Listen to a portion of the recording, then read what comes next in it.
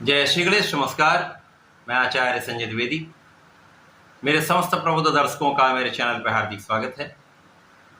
प्रिय दर्शकों, आज मैं शुक्राचार्य के राशि परिवर्तन प्रभाव को लेकर आपके सम्मुख उपस्थित हूँ। नवग्रहों में अत्यंत सौम्य प्रभाव देने वाले, समस्त सुखों को प्रदान करने वाले दैत्य गुरु शुक्राचार्य अपनी राशि का परिवर्तन कर चुके हैं तथा 31 जुलाई को सूर्यदेव की सिंह राशि में प्रवेश कर चुके हैं। यद्यपि यहाँ पर सूर्य और शुक्र का आपसी संबंध नैसर्गिक रूप से मित्रवत नहीं होता है, परंतु यहाँ पर तात्कालिक भाव में समभाव बन रहा है, जिसके कारण यहाँ पर एक अच्छी स्थिति बन रही है। यहाँ पर शुक्राचार्य अपना संपूर्ण प्रभाव दे पाएंगे। अपने संपूर्ण बल के साथ समस्त राशि के जातकों को कुछ विशेष लाभ देने जा रहे हैं, क्योंकि जब सिंह राशि में इनका प्रवेश होगा, वहाँ पर पहले से ही बुध का गोचर चल रहा है। अब बुध और शुक्र अति मित्र के भाव में होते हुए जब सिंह राशि में गोचर करेंगे तो यहाँ पर एक महायोग का निर्माण हो रहा है, जिसे लक्ष्मी योग कहते हैं। इस लक्ष्मी योग का लाभ समस्त राशि के जातकों को प्राप्त होने वाला है, परंतु ये अलग अलग राशि के जातकों के लिए अलग अलग भाव में बनेगा। उसी के अनुसार कम अधिक लाभ की प्राप्ति हो सकती है। आज मैं मकर राशि के लिए शुक्राचार्य के इस राशि परिवर्तन का किस प्रकार का प्रभाव प्राप्त होगा, किन भाव में वृद्धि होगी, समय का आप कैसे लाभ ले पाएंगे, अथवा कहीं पर यदि कोई समस्या है उसका क्या उपाय है, कैसे उसका निस्तारण कर सकते हैं, एक दिव्य प्रयोग मैं आपको बताने वाला हूँ। इस समय का संपूर्ण विश्लेषण पूर्ण तार्किक रूप से मैं करने जा रहा हूँ। मकर राशि के लिए शुक्र और बुध दोनों ही अत्यंत महत्वपूर्ण है, क्योंकि दोनों शनिदेव के मित्रवत भाव में होते हैं।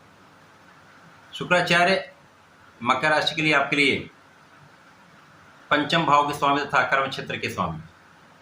पंचमेश कर्मेश का गोचर अष्टम भाव में हो रहा है। कुंडली का अष्टम भाव जो कि एक तर्क भाव है, क्षय का मृत्यु का भाव है, यहाँ पर समस्त ग्रहों का प्रभाव निर्बल हो जाता है तथा उनके जो कारक भाव हैं, जिन कारक भाव के स्वामी हैं, उनमें निर्बलता आ जाती है। तो निश्चित रूप से यहाँ पर शुक्राचार्य का प्रभाव उतना अच्छा नहीं मिलने वाला है। यहाँ पर बुध भी गोचर कर रहे हैं, जहाँ पर बुध भी निर्बल है। बुध जो यहाँ पर भाग्य के स्वामी तथा आपके षष्टम के स्वामी होकर गोचर कर रहे हैं, तो यहाँ पर भाग्य के स्वामी है, परंतु यहाँ पर एक विपरीत राजयोग भी बनेगा, जो कहीं न कहीं विपरीत परिस्थितियों में जब आपको लगता है कि मेरा काम नहीं बन सकता, कुछ विशेष लाभ दिलवा देता है। तो ये संपूर्ण योग आपके अष्टम भाव में है। इस भाव में जब इन दोनों ग्रहों का संयोजन बनेगा तो बड़ा जो भी कोई राजयोग इन भाव में बन जाता है, उतना उसका लाभ प्राप्त नहीं होता। अब यहाँ पर विपरीत राजयोग होगा, जिसके कारण अचानक कुछ ऐसी स्थितियां बनेगी कि जब आपके कार्यों में प्रगति हो जाएगी, कार्यों से कुछ लाभ मिल जाएगा। कार्य क्षेत्र में कुछ अवरोध अवश्य आ सकते हैं, परंतु उन अवरोधों के बाद भी आपको अपने कार्य क्षेत्र में सफलता अवश्य मिलेगी।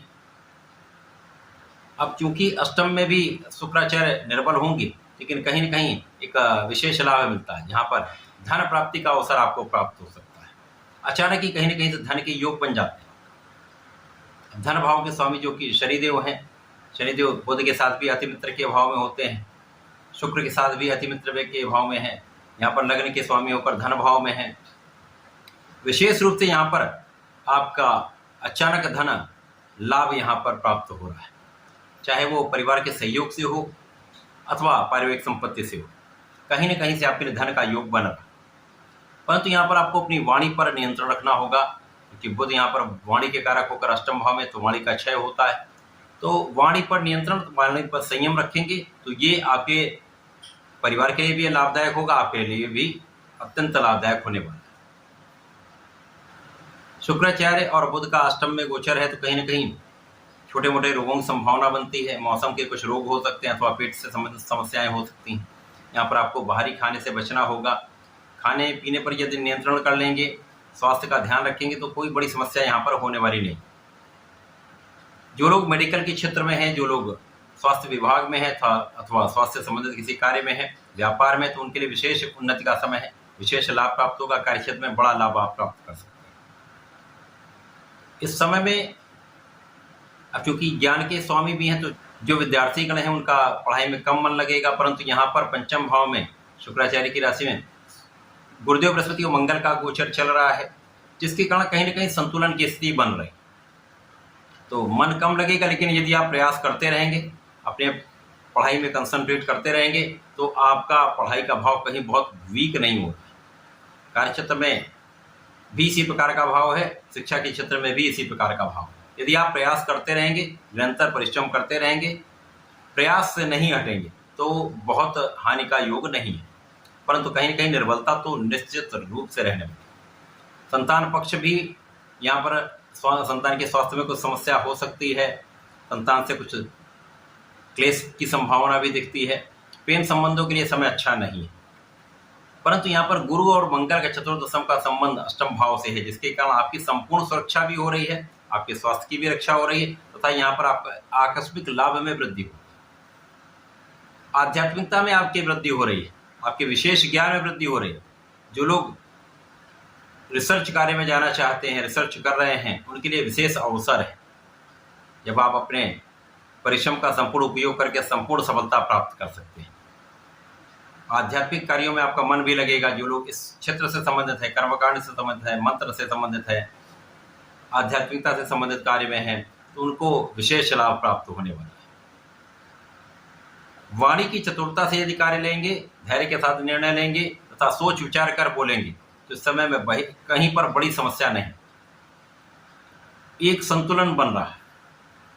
कुछ समस्याएं आएंगी परंतु वो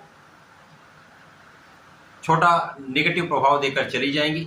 बड़े लाभ से आप वंचित रहेंगे परंतु लाभ निरंतर होता रहेगा। लाभ में कहीं ऐसा नहीं कि लाभ बिल्कुल यहाँ पर कम हो, लाभ की निरंतरता बनी रहेगी क्योंकि आप परिश्रम करते रहें। तो परिश्रम करने के लिए आपको आलस्य का त्याग करना, काम को टालने से बचना हो। जब कोई काम नहीं होता तो आप उसको टाल लेते हैं, तो इस प्रवृत्ति से आपको बचना हो। यदि आप ऐसे प्रवृत्ति से बचते हैं, अपने परिश्रम को संपूर्ण रूप से करते, तो यहाँ पर कोई बड़ा हानि का योग नहीं। तो शुक्राचार्य का ये परिवर्तन अष्टम भाव में कहीं न कहीं कुछ व्यसन दे सकता है, भोग विलास में वृद्धि कर सकता है, तो इससे बचना अत्यंत आवश्यक है। इस समय आपको नियमित रूप से भगवान भोलेनाथ पर जलार्चन करना चाहिए। प्रत्येक शुक्रवार और शनिवार भगवान भोलेनाथ पर जलार्चन करें तथा नीले पुष्प का अर्पण करेंगे। यदि वर्तमान समय मंदार पुष्प का अर्पण करते हैं, भांग का अर्पण करते हैं, तो आपकी समस्याएं भी दूर होंगी, कष्ट भी दूर होंगे तथा इन व्यसनों से भी आप बच पाएंगे, संपूर्ण लाभ ले पाएंगे। तो ऐसा करके समय का लाभ लें। धन्यवाद, नमस्कार।